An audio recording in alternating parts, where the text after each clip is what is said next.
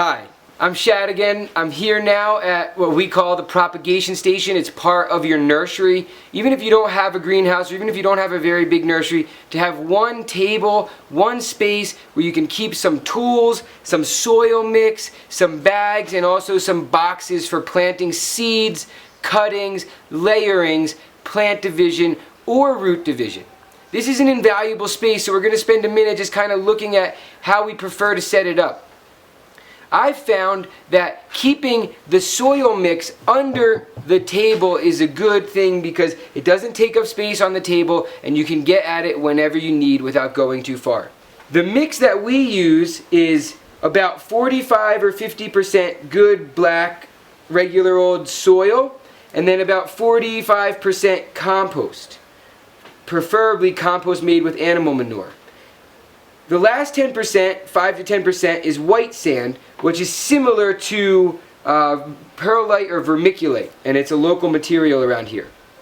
This soil mix is the base at the beginning, but what happens is, as you start having nursery bags and soil boxes, and then you move the plants out, you always have a lot of leftover soil. So that soil is a bit less nutrient rich because the plants grew in there. When we top it up, they get a little bump, but over time the soil builds a nice texture and we never really clean out the boxes. Even the roots at the bottom help to feed the soil. It is important to sift your soil mix with a basic sifter. We recommend a 1/2 inch screen so you still get some bigger pieces, the aggregates, but you don't get stones and you don't get twigs and leaves and big organic matter. This soil works for us, but if you're not sure how to do it, we recommend that you buy some basic potting soil, preferably from a local source. Other parts of the propagation station, besides the soil mix, are various containers for making plant cuttings or layerings or the other types of propagation. Here you see we have the common nursery bag. It has little holes all throughout and holes below. Because we do a lot of plants, we buy this nursery bag.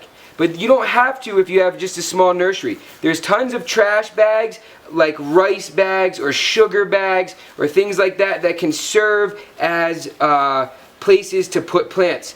You also can use milk containers or yogurt or ice cream containers. Always remember, if you're modifying your own, to make sure there's good drainage, especially at the bottom, preferably on the sides.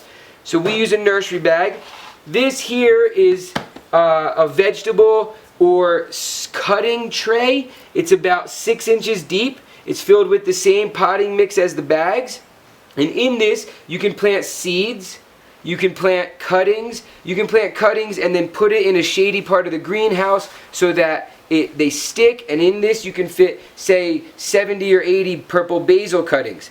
You might be able to plant 7 or 8 rows of chili peppers in here, and they would be in full sun, and when they get big we move them out. So we have various containers. You could also use plastic containers that create their own little terrarium. That is often useful if you have recyclable material. In the propagation station you really can recycle a lot of your trash. So think of old wood, think of plastic containers, think of things like that you can modify to hold plants.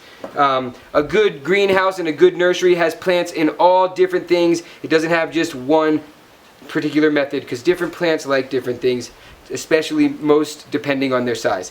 You always need to have a couple of different pairs of pruning shears.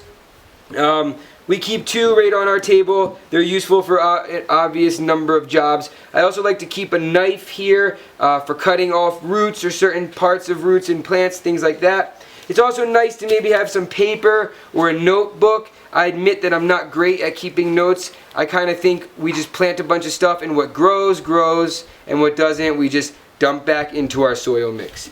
But if you want to have a piece of paper and a pencil, you can keep track of what you're planting. This becomes extra important if you decide to do little trials. For example, if you're not sure at what stage to plant the coffee bean, if it's after it's been fermented or after it's dried thoroughly on the plant, you could play around, but make sure you keep track of which group is which.